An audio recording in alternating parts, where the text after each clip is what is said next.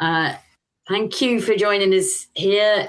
I'm here to welcome you to the National Crime Reading Month online launch. And so thanks very much for supporting us. I'm here on behalf of the Crime Writers Association, and it's also great to see our partners, the Reading Agency, here as well. So thank you for supporting us.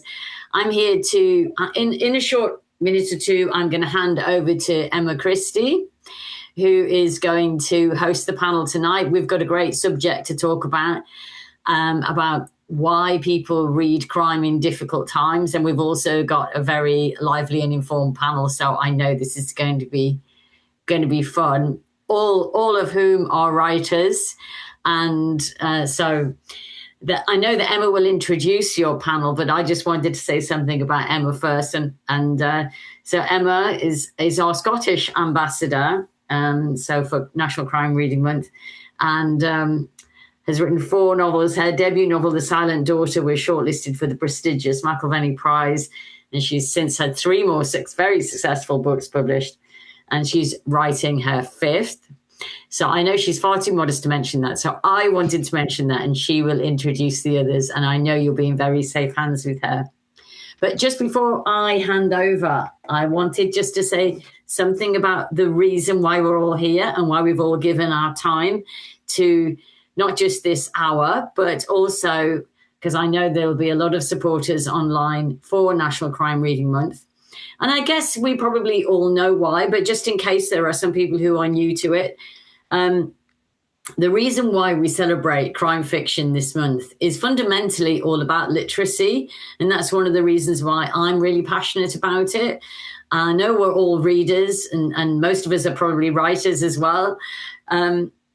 So in a way, we understand the power of reading and what a positive influence it is in our lives, what a positive impact it has on our lives. And so crime fiction and crime reading nonfiction as well, generally, has a way of introducing people to reading.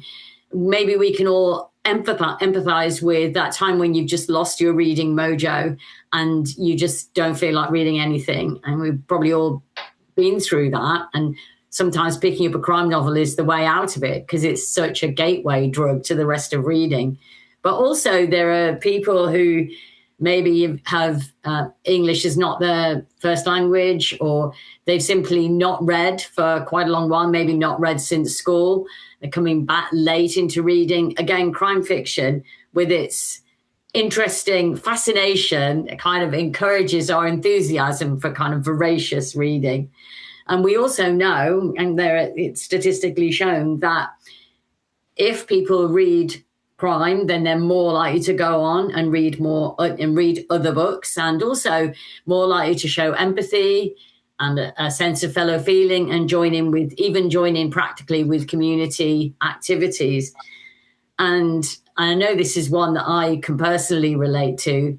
Reading can also improve your stress and, makes you feel less anxious. And I was thinking about this the other day when I was reading and thinking, actually, it's quite hard to be anything other than calm when you're reading a book.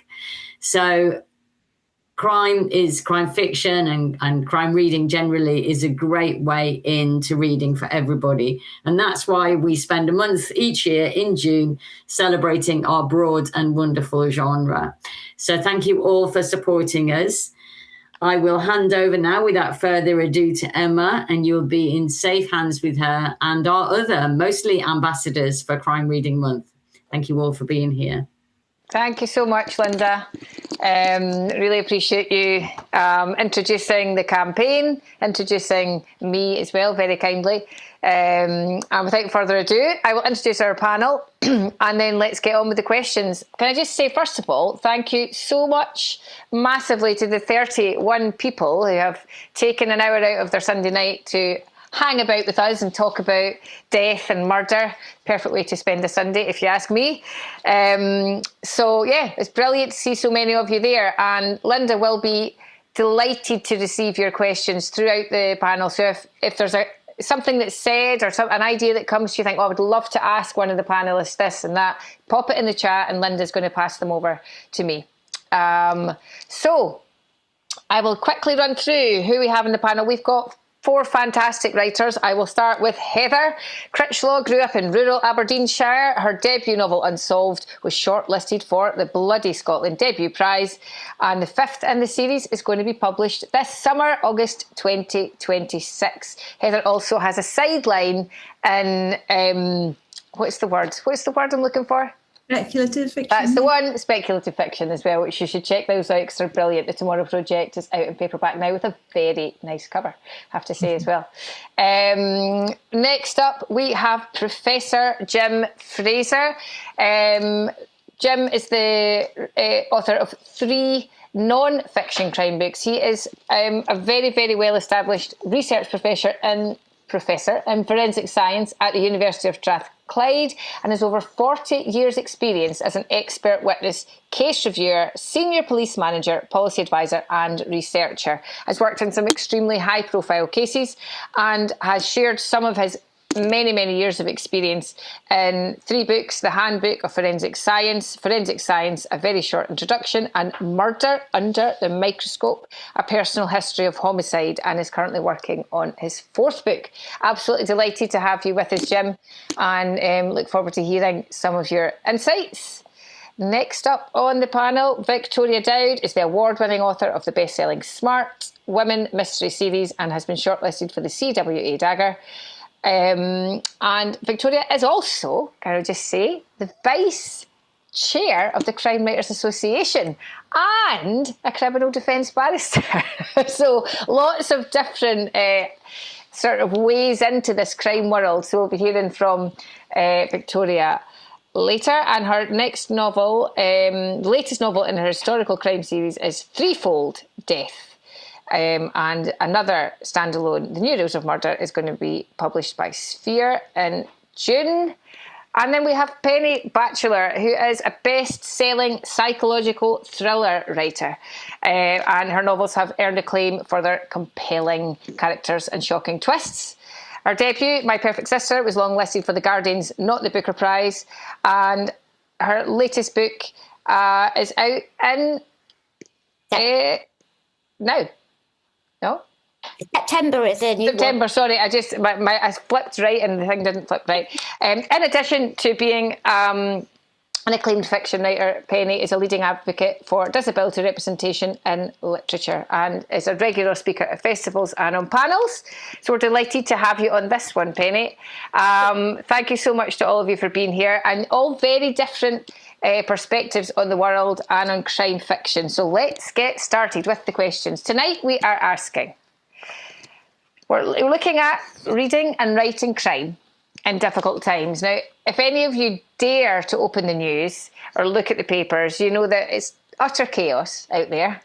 Whether you're looking at international news or your local news channel, crime is everywhere. It's just a part of everything that goes on in the world. So why on earth would we then read more crime as entertainment? We've got an hour to spare. We've switched off the news. We've put the paper away. Why do we turn to crime in that moment? What is it offering us? Why do we do it? I'll ask you first, Victoria. Oh my, big question, big question. I think there's, I love Golden Age detective fiction, and that came from very troubled times, the interwar years, and that sense of it being a puzzle as well is there, and that when you enter that book, you are going to get a resolution. So no criminal's getting away in those books. It's just a question of whether or not you can answer the question before, Agatha Christie, Marjorie Allingham, they tell you the answer. And I think that does bring some sort of satisfaction to readers. They like being not just an observer in the books, but a participant, an intelligent participant who can help solve these issues. Because at the moment, when you open the papers, you just go, it's just more. And the people who are meant to be solving those issues often don't seem capable. I mean, I'm no, political commentator, and it seems, that it's not in good hands. But when you take in your hands something like Murder on the Orient Express, for instance, and you have that in your hands, the answer is there. You're not entering that world and thinking, well, who knows where we're going with this. We are going to an end point where we'll get an answer. So in that respect, I think most recently, it has had a huge resurgence, that kind of crime fiction. Mm-hmm. Perhaps that is why people gravitate towards it more now. Mm-hmm, mm-hmm. What about you, Penny? What are your thoughts on that? I mean, why do we put ourselves through these, the tension and the highs and lows of crime fiction? Well, I write current day domestic noir, and I think there's a bit of Schadenfreude about it, because when you watch it, or read it, you know that somebody's going to get their comeuppance, and there might be stories about people who have lots of wonderful things that you don't have. Watch Channel 5 drama, they've always got a gorgeous house with a big kitchen island in. And they're beautiful, and they've got lovely husbands and fabulous jobs. But it just goes to the stories. There is that element that Victoria was saying about working out the secrets and the lies and the puzzles. But it just goes to show that not everybody's life is perfect. And you read crime and there's going to be that moral ending. Nobody's going to get away with it, so you aren't going to come out of it traumatized, and you can just feel a little bit smug that, well, I didn't go and muck up my life by doing that, and so I've had that bit of entertainment, and yes, I can just feel that little bit better in our very disturbed world, because it's everything in a crime book is controlled, whereas outside of the book, it's not. Mm-hmm. And what about people who are picking up your books, Jim? Because that's a very different cup of tea, and we are looking at things that really have happened, and you're sort of giving insights into, why people are doing these things, and going into great detail about things that are real. So what draws people to those kind of books? Because at the moment, I think there's a great boom in true crime writing and in true crime podcasts, etc. People are loving going beyond the fiction as well. So what's the appeal of that, do you think, for people? I think you're muted at the moment. Hang on. Oh, you're still muted, Jim, I'm afraid. Right. Am I back on? Yeah. I think there's quite a big overlap. I agree with what's been said by the other contributors. I think read any of these books, a good non-fiction crime book and a crime fiction book. Firstly, the storytelling, and we all love stories. There's heroes and villains, and there's a rising trajectory of action, and then there's a denouement. And it's the denouement, I think, that attracts people. It's just my view of crime fiction. Of course, I don't write it. Is that, and other people have said similar words, there is a conclusion. The bad guy gets his just desserts. There is some kind of moral rectitude in the world. And if you go back to your opening comments, Emma, troubled times. The world is chaotic out there. It's terrifying. And I think this allows people, perhaps even at an unconscious level, to confront the sort of things that people can do to each other. And you might even argue that all of us can do to each other in the right kind of circumstances. And that's quite frightening. Humans will do really horrible things, but you can get up close to it, get some kind of understanding of it, and without getting caught up in it. And then you can back off. I think there's one other thing that I might add that's different in non-fiction, or one particular part of non-fiction, is that there are people who are convicted of crimes who ought not to have been convicted of crimes, and injustice is a big driver of people's interests. People don't like injustice or unfairness, and they want to understand why people end up in prison who ought not to be in prison. But I agree with the other contributors. I think there's a lot of overlap in why people read these things, even though they're very different.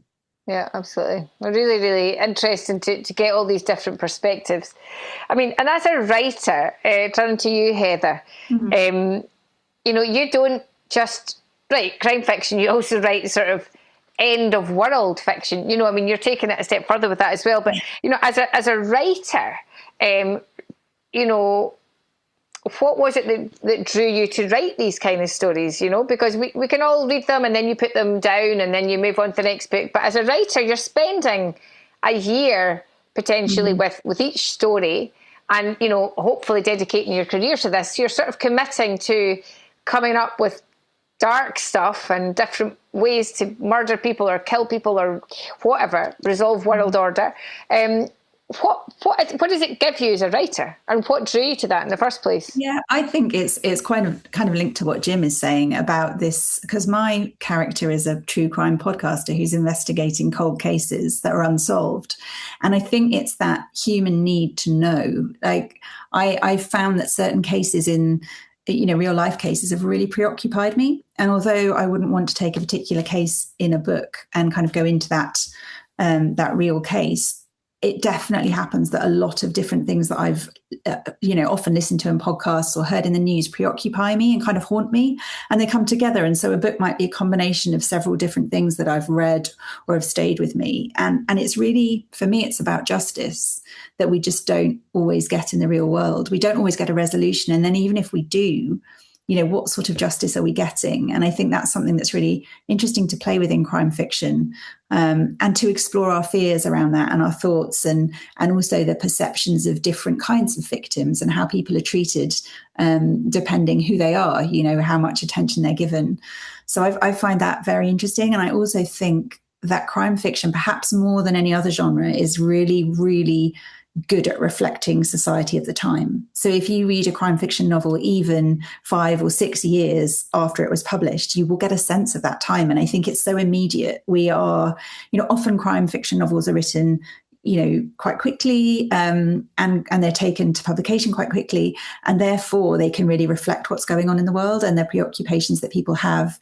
I find it very interesting that you will see certain books or certain themes will crop up in a set of books at a similar time. And that's just fascinating. I think it just shows that we're all kind of, we're fishing from a very current pool of ideas, and it's very of the moment sometimes. Yeah, absolutely. And Victoria, obviously, before you became a novelist, you were already chosen to dedicate your life to the world of crime as a barrister. So, can you talk a bit about how those two careers, how one career merged into another, and what is it again? What is your driving force for staying with that particular, the world of crime and death and murder and such like? Well, originally I always wanted to write, but, I had to get a real job where I could make some money. And so when I left university, I had to become a lawyer, because basically that's what I always wanted to be. And it was in fact Agatha Christie who made me want to become a barrister, because I watched Witness for the Prosecution and thought, that's the job I want. That's the job I want. But I think, I went into that as wanting to be a kind of crusading justice warrior. And it's very much a different kind of jobbing, you're day in, day out dealing with stuff. I think that we get a bit of a skewed opinion of the justice system, in that we think there are a lot of injustices.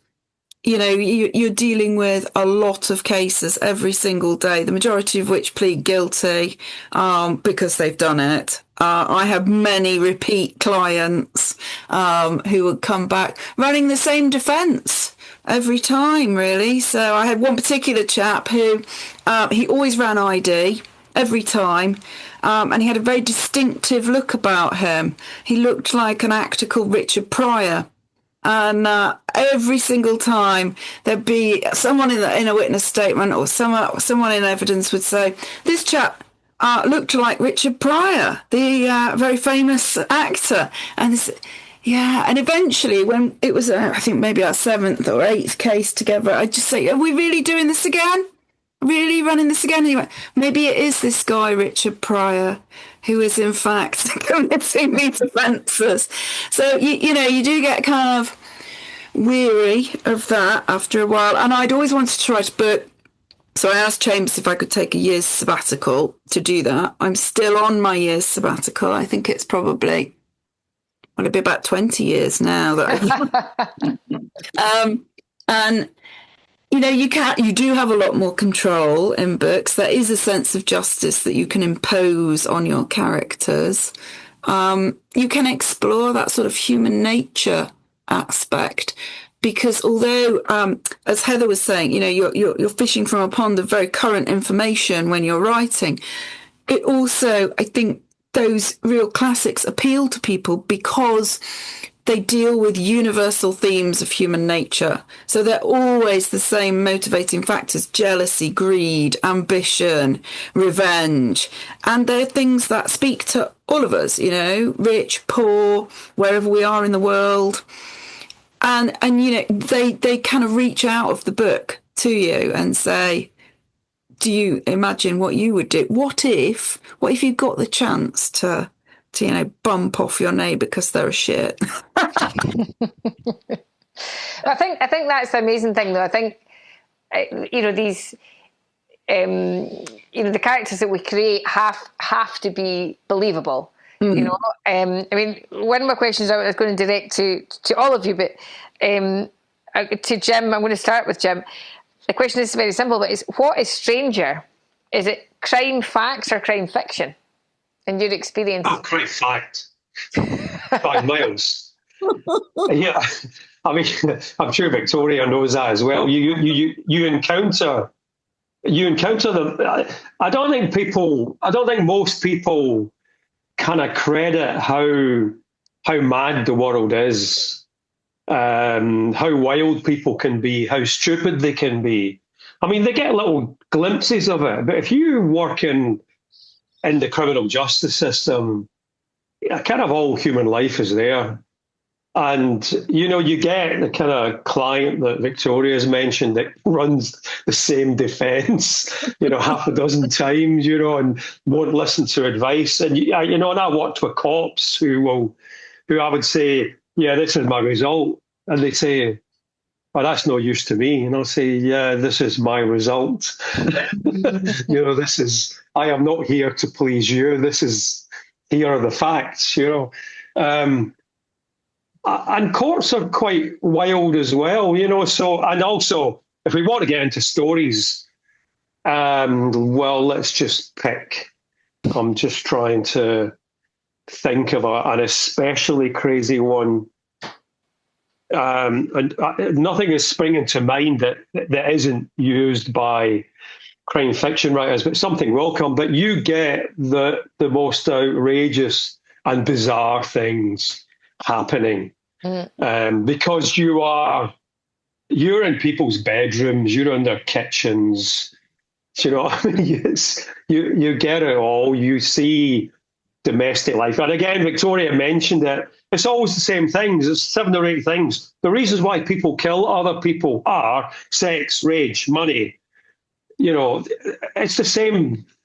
I mean, they all look slightly different. The details are different, but it's to say that's what people do.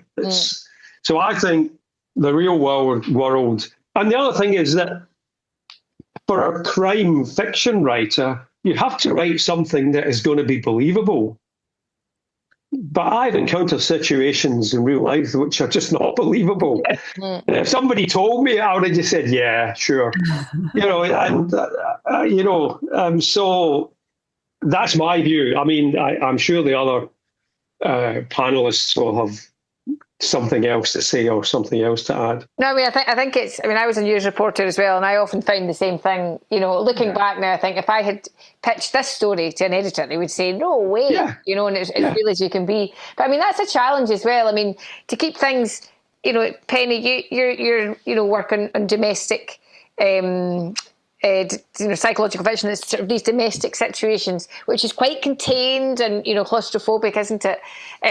But you're working with these key emotions, aren't you? That Jim was mentioning, and the sort of, it's relationships, isn't it? That you're looking at and how quickly and horribly they can go wrong. I mean, but again, and as Victoria said, it's all universal emotions. So, I mean, when you're creating stories and creating characters, Penny, what is it you're looking for first? Do you sort of go for, what do I want people to feel? Or are you looking at the plot and the things that will happen, or does it all kind of come together? Well, it starts with the hook, the inciting incident that will draw the reader in at the beginning, and then it's my imagination really that takes me to further the plot out. And one thing that really fascinates me about the psychological side of crime is putting ordinary people in extraordinary situations, because I think we all think that we would behave well if we came across something, a really stressful time. And what Jim was saying earlier, I think we all probably, in the right situation, have got it in us to do something terrible that we would never think that we would do. If somebody was coming for me, I'd go back to them if it was to save my life, sort of thing. But we're not normally in that situation. And so with my characters, I like to put them in, they're just ordinary people. So my readers can actually think, what would I do in that situation? Would I really be as innocent as I think I would be? And my characters tend to not just suddenly turn to the dark side straight away, but make a series of wrong decisions, or even decisions that might feel quite right at the time, but they turn out to be wrong, and they take them further and further and further down the road to a criminal act. And they've gone to the point where they get so far that they can't turn back now, that they're all in.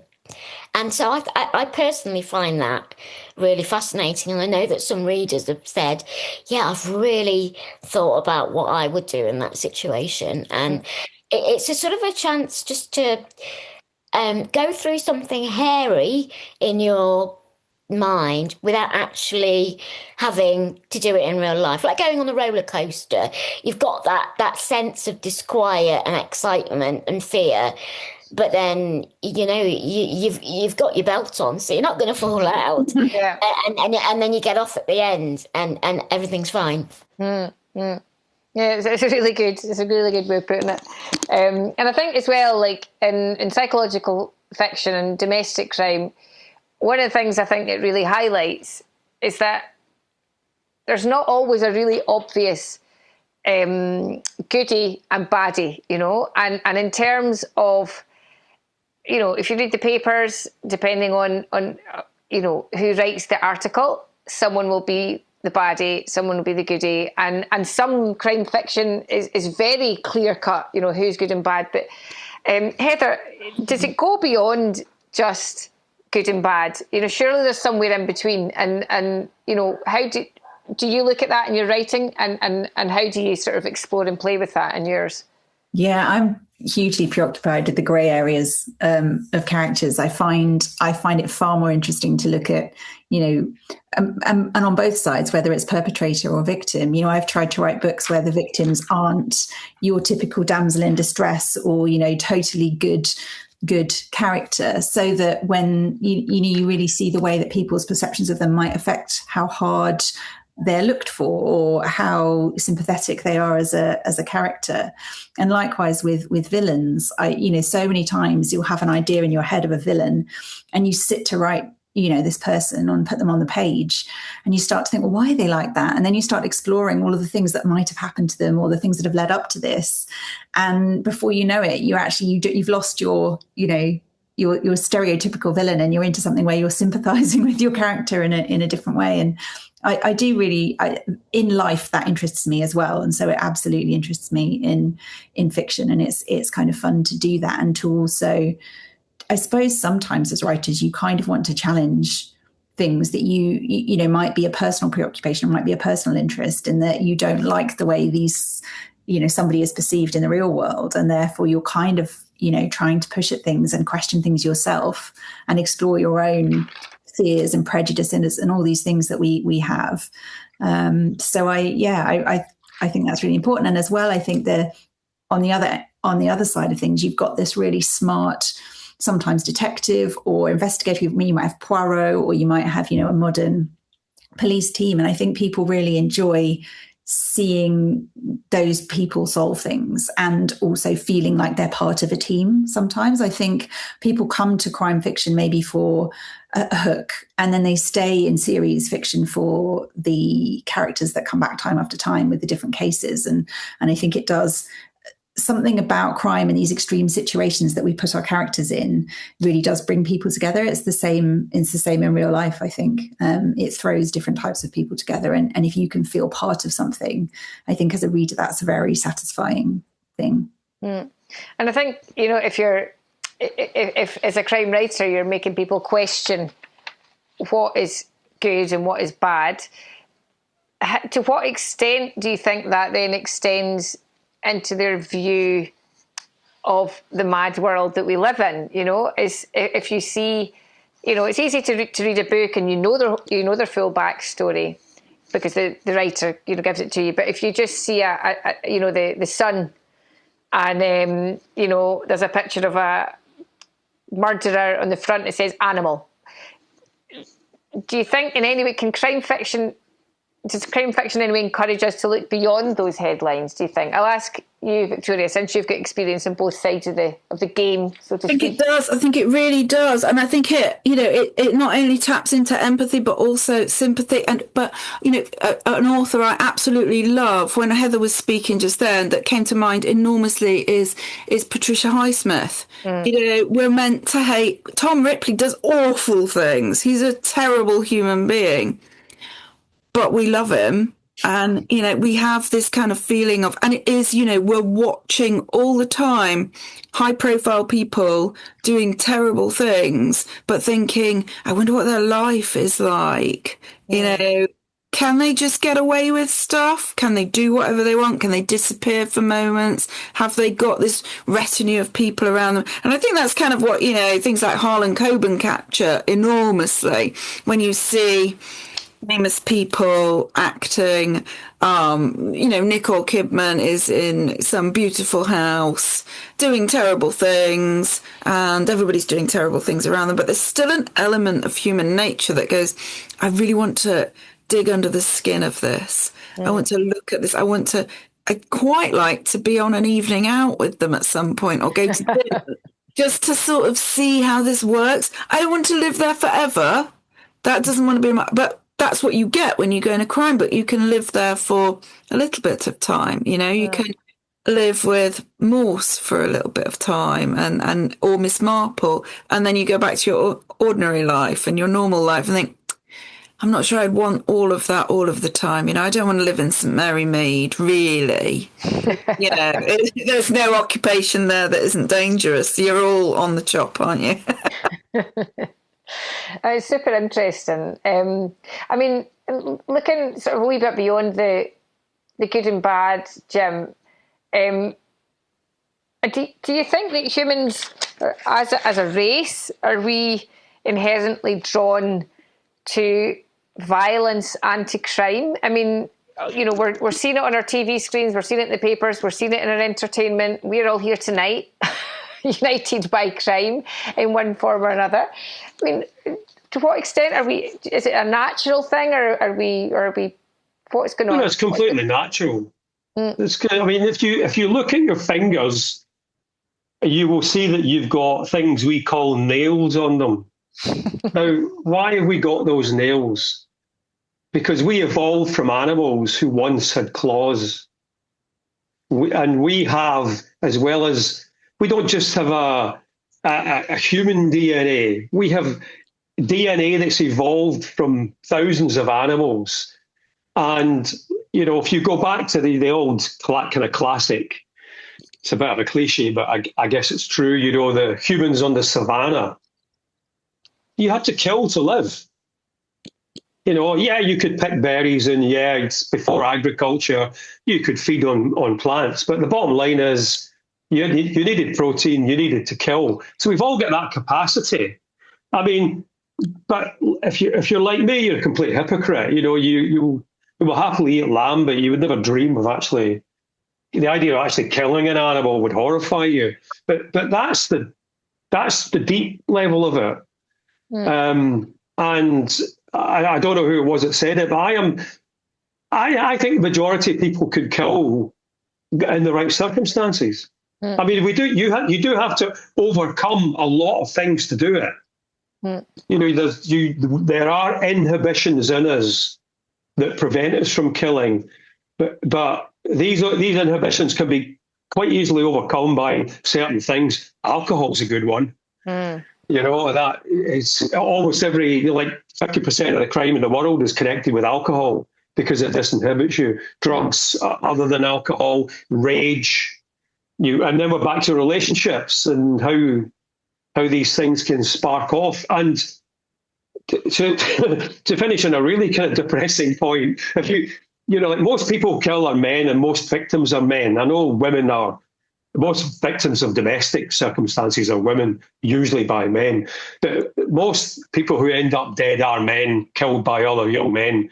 And the main reason, when you dig down into it, and I don't necessarily mean what a lawyer would call motive, is that somebody has been dissed, they've been disrespected in front of their mates, and that can unearth such a rage or turmoil of emotions that they will stick a knife in somebody, especially if they've had a drink. So yeah, and please don't think I'm being like pessimistic. Most of us get through our lives, it's all fine. We don't see a murder, we don't get connected with a murder.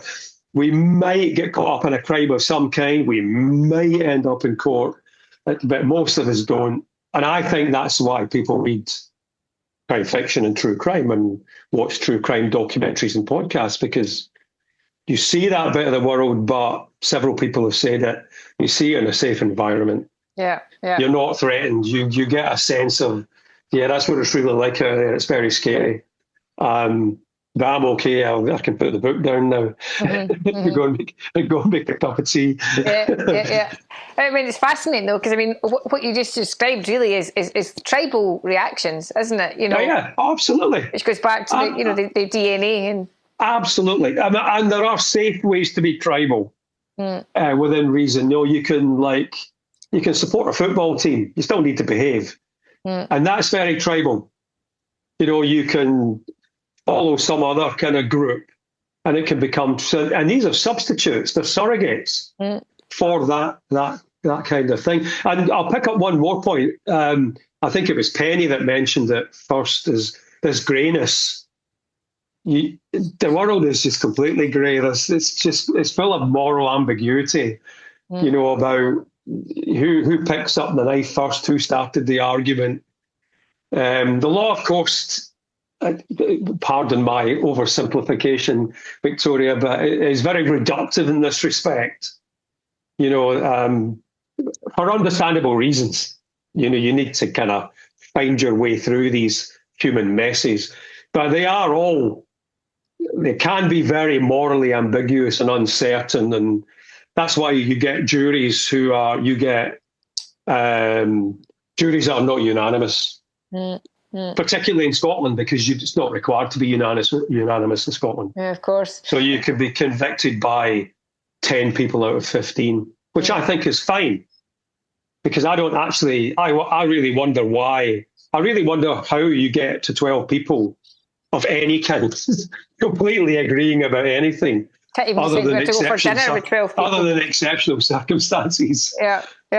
It's super fascinating, and I think that sort of instinct that's in all of us, or that capacity, is brilliantly brought to life in commercial crime fiction, and especially with the psychological domestic thrillers, where it's probably these situations where you would least expect it, because, like you said, often it's kind of ideal lives that then blow to pieces, isn't it?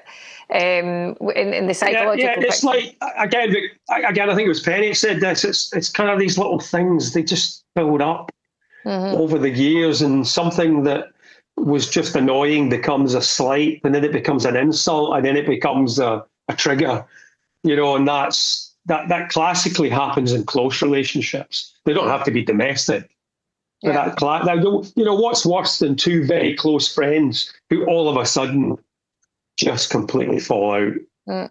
They just never talk to one another again, and they've been friends for 20 years. That's just in the nature of humans, isn't it? And human psychology.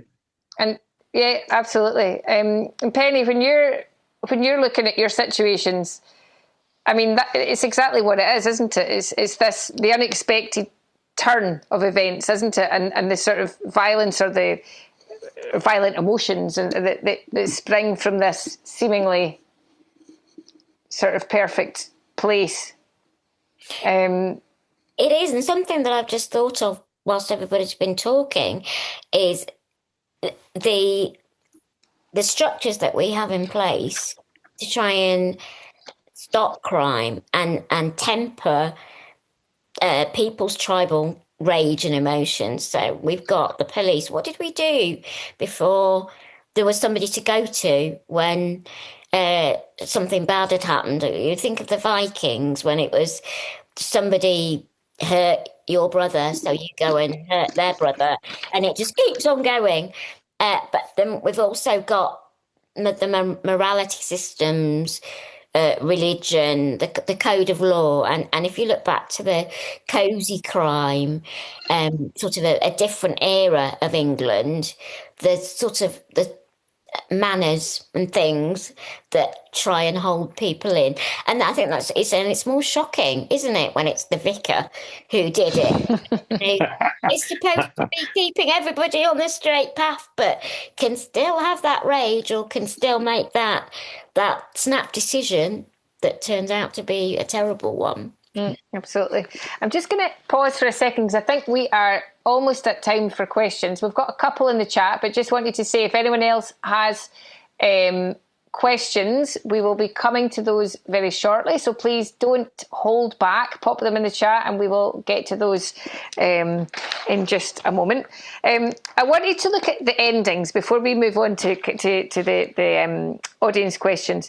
When you read reviews of crime books, often what you see is people sort of either loving the ending or criticising the ending, and you know that you've done well if someone says the ending is satisfying, because all the loose ends have been tied up and you feel like the baddie got his comeuppance and the goodie's free and everyone's learned something.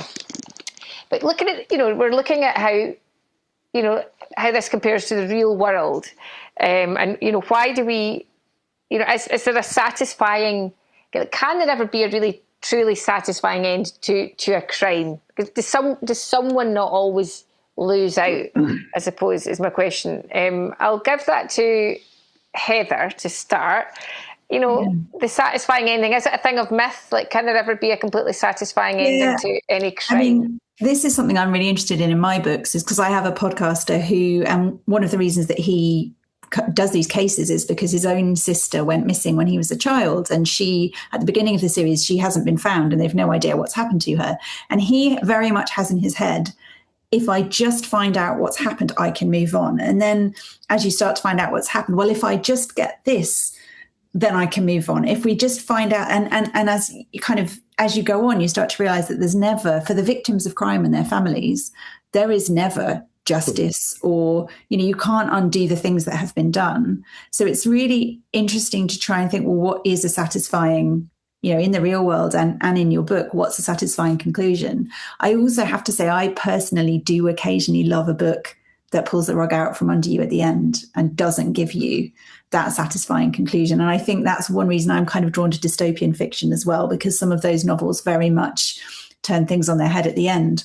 But yeah, as a writer, I think you want to surprise people, but you want them to go, oh, of course, at the end, not what, where did that come from? So it's very, very interesting to try and think through what people's assumptions will be and to lay clues. And I think crime readers are so savvy, there's a lot of people that read a lot of crime fiction, and so they've seen everything before, and it's quite interesting writing for people who are maybe credulous or less credulous about things. So I think endings are really fun. I don't know about the others, but as a writer, that last kind of 10 or 20,000 words of the book is, I love doing that, because hopefully by then you're kind of pulling all these threads together, and that anxiety of, oh God, do I have a book here, starts to go away, because you realize you are getting to the end. And but yeah, I have to say I don't mind, and sometimes really do quite like it when the end is not a resolution, or is Yeah, and Victoria, I mean, with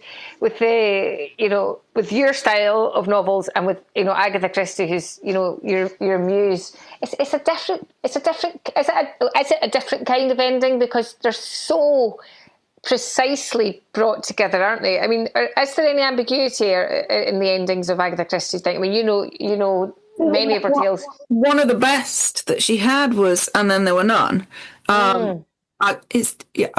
There may still be some people out there who haven't read it, so I won't give that away. But she wrote it in a particular manner, and then she adapted a lot of her own novels, and she adapted that one. And only recently did they reinstitute the original ending, which is perhaps not as satisfactory as audiences would expect of her, but it's groundbreaking. And that again is something, we go into a crime book, we expect beginning, middle, end, and we expect that denouement where all the threads come together.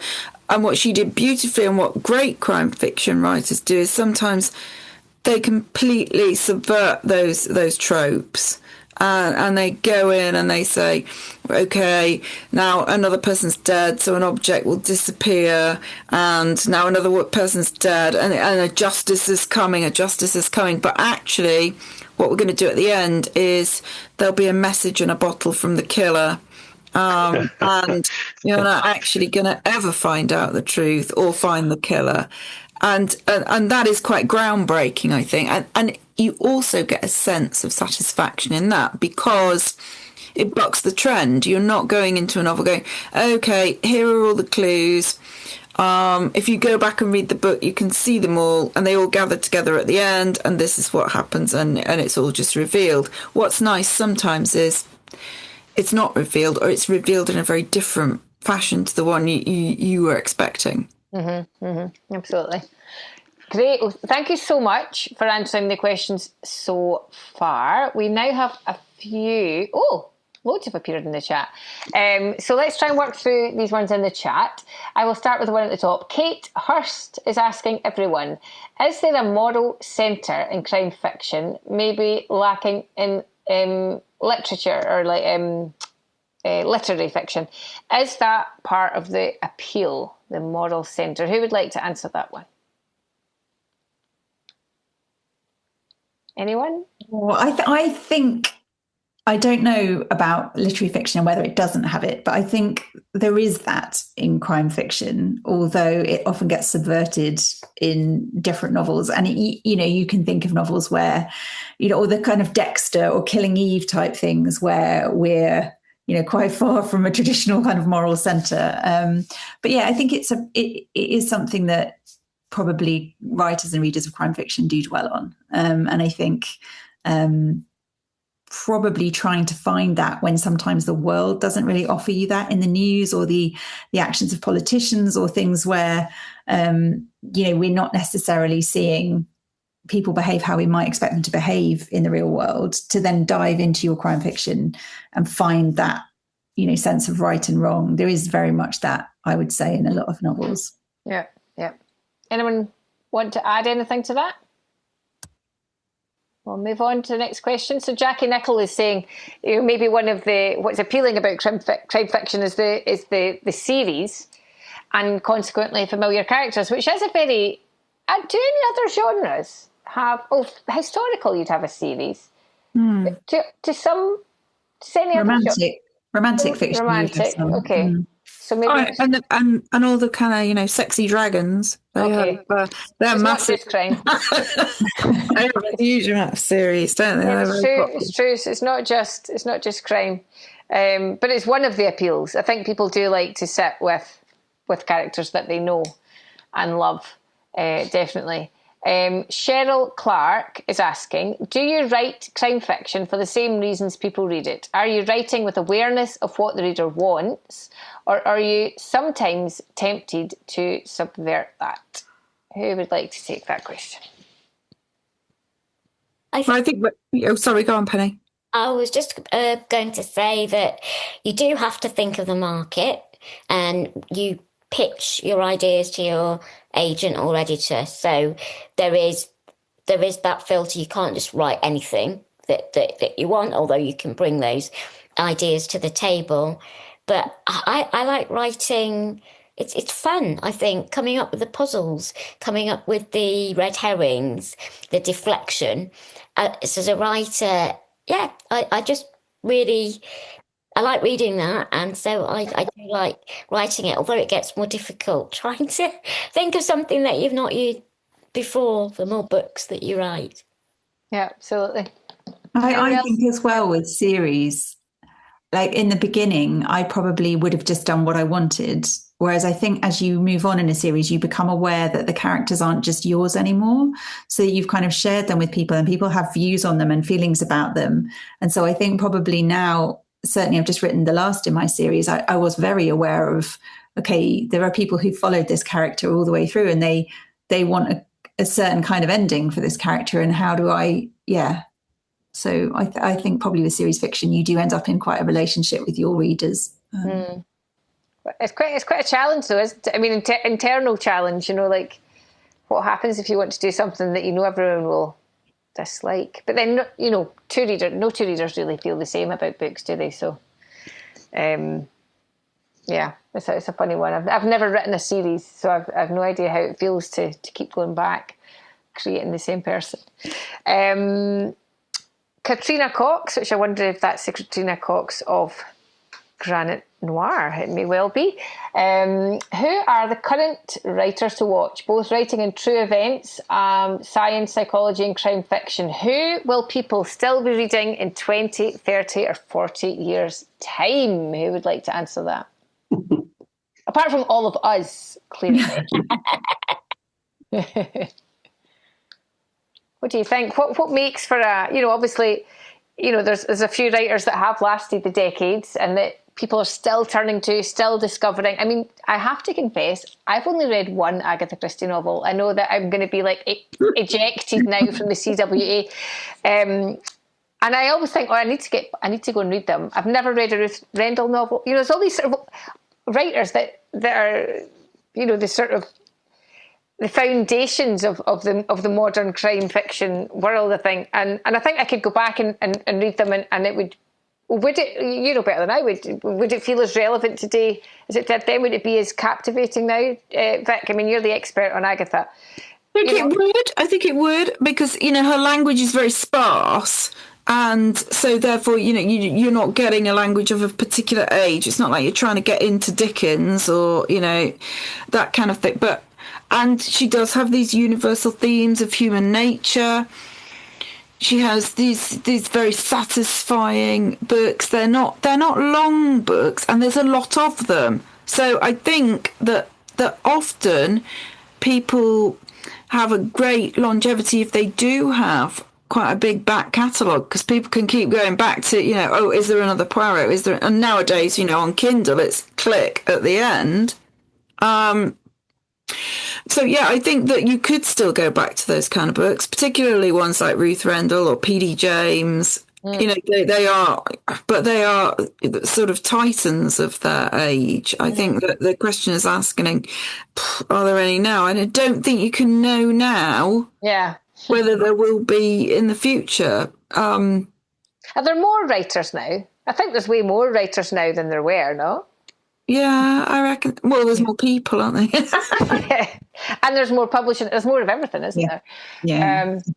And also you can self-publish. Let's check in. Linda, can you put a note in the diary that in 2046, at the launch, this would be really interesting, actually, let's all guess and put a name in an envelope and see which one of us is right. Who will be remembered?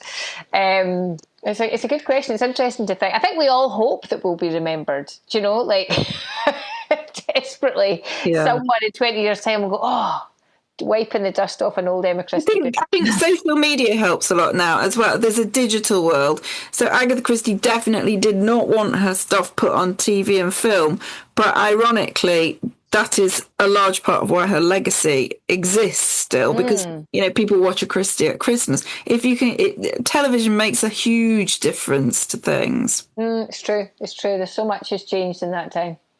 And I suppose the accessibility of books as well. Another question. Thank you very much for the question, Katrina. Emily Davis is asking, do the authors think the way they write crime fiction has changed during their writing lives as our attention spans decrease, as we learn more about what happens in true crimes? Have hooks and tropes, etc., changed? Who would like to take on that one?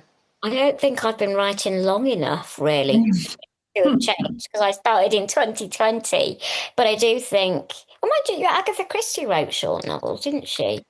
But I think perhaps what people expect has changed. Now we really want that hook to get us straight in. You can't sort of have a leisurely few chapters world building thing. And editors really want you just to be straight in there, because with digital books, people can just scroll. Yeah, if they're not into it in a couple of pages, they can move on to the next one. Yeah, I remember Ian Rankin actually once said in an interview his first 5 or 6 books didn't sell especially well, and he said if he was trying to write nowadays, he probably wouldn't have had the success that he's had, because the publisher stayed with him and believed in him. And I think nowadays it's more kind of one in, one out. If if one book's not a success, then not always, and not with all publishers, but there is perhaps a fickleness that wasn't there before. Who knows? I think as well as writers, we're competing with television, Instagram, short form videos, all of these things that in the past people wouldn't have had so many options. You've had 4 TV channels and a book. Now the world is your oyster and you can watch anything at any time, and it's competing for people's leisure time, I suppose. Absolutely. These are great questions, by the way, but you have one more. From Emma Stiles, who's put it in the Q&A. And she's asked, and I think this is a great one. Maybe this doesn't apply quite so much to Jim. I don't know. You've each talked about why we read crime fiction in difficult times, but do you write to escape from aspects of reality or confront or make sense of them? I'm a confront and make sense of them person. And that does apply to me. I write to try and, partly to try and make sense of what I've experienced and encountered, because very often at the time you don't understand what's going on. You only have a very narrow viewpoint of what everything. Whereas 10 years later, you can look at an entire case, you can research it, and then you can, right, that's how it works.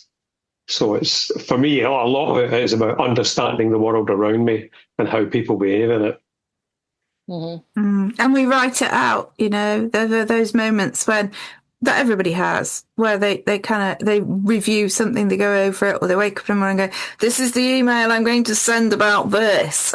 You think, actually, that's kind of what we do generally with our books, You put those people in and think, how would this person react if actually I did this or I said that? And you kind of inhabit the book as yourself a little bit, but then you're a distant observer, but you're moving the pieces around a little bit. And I kind of like that idea. And, I find it a very calm environment, even though it's quite a violent environment. When you talk about moving the pieces around, I have to say, I know Vic a little bit, and I know that she does actually have Lego pieces in her house that she literally moves around They're down here, from room to room. So that you remember where they all are. It's brilliant. Unbelievably, we're almost at 9 o'clock, which is when the session's due to finish. I've got a couple things I wanted just to say. First of all, massive thanks to the CW for hosting us. second of all, Linda Mather, who is our lady in the chat, but also Linda has very kindly invited all of us to speak tonight and is a great sort of champion of the campaign. Linda is also an amazing British crime writer, best known for her Zodiac murder mystery series, and Linda can tell your Zodiac sign even over Zoom, so beware if you've got. she's judging all of you. She knows all of your traits. So check those out as well, and she's got a new series just out as well. So if you follow Linda, you'll see all of her brilliant books, beautiful covers, and set in the Midlands and the Cotswolds and English countryside. But before we go, we're about to send people off just in time to have their dinner and then watch the depressing British news and international news. So instead of that, let's give them a crime story to read. Let's tell them, everyone, just doesn't have to be your favourite ever crime book, doesn't have to be like a classic, but what is a crime book that you always recommend to other people? If everyone can give one. I'll start and say The Cracked Mirror by Chris Brookmyre is one of my favourites in recent years. Absolutely brilliant crime book that will take you places you can never possibly imagine. Anyone else want to suggest theirs? Heather? The Death of Us by Abigail Dean. Oh my goodness, I've got your copy. Traumatized. Yeah, you do. It's an excellent book, but wow, it's very powerful, very, very powerful. Penny? It's an oldie and a classic, but I always love Rebecca by Daphne du Maurier. It's the psychological side still stands up so well, and the tension and what have you. She was an amazing writer. Fantastic. Excellent. Jim? Helen Garner, House of Grief, which is an extraordinary account of the trial of a man who killed his children by driving his car into a dam in Australia. Fantastically well written, and she sat through the whole trial and analysed the whole process. So well worth reading. Okay. And you asked me about an extraordinary crime earlier on, and I couldn't think of one, but a father killing his two children because he didn't want his wife to have them is quite an extraordinary thing. Unbelievable. But that's a fantastic book. Excellent. Thank you, Jim. Vic? Murder of Roger Ackroyd. If there's nobody's, if there's anybody left who hasn't read it, but yeah, go for it. I haven't. It's a short read. It's a short read. And I challenge you to who is the killer. You won't guess it. You will never guess it. Okay. She does tell you halfway through who is the killer. Okay. And Linda, what would to keep people away from the news, what they're going to read tonight instead? I think this is great. It's a super panel, by the way. Thanks all. It's fantastic. I rather like the question from Jackie to everybody earlier on about, which Heather answered, about more series made for consequently more familiar characters. So I'm going to go for Louise Penny, my favourite Canadian author. And I think the first book in that series about Inspector Gamache is Still Life. And that's definitely both challenging and comforting. How can you manage that? But she does. Fantastic. Brilliant. Well, thank you so much. We've still got 30 people watching, which is brilliant. You've all hopefully been enjoying the insights from all these different parts of the crime fiction and crime non-fiction world. Thank you so much to the CW for hosting. Thanks to Linda for looking after us and inviting us all along. Thanks to all the panellists, and most of all, thanks to everyone who watched. And please do #pick up a page turner this month for National Crime. Oh no, I'm getting it all wrong. What is it? National Crime Reading Month. I am already on book number 2, which I'm very excited about. So just get stuck into some crime reading this month. And there's many, many, many, many more events which you can check out on the website. And if you follow all of us on social media, we'll be announcing them as well. So thank you very much. Thanks all. Great. Thank you. Until next time. Thanks, Emma. Bye-bye. See you next year. Bye, everyone. Bye. Thanks all. Thank you, Emma. Bye.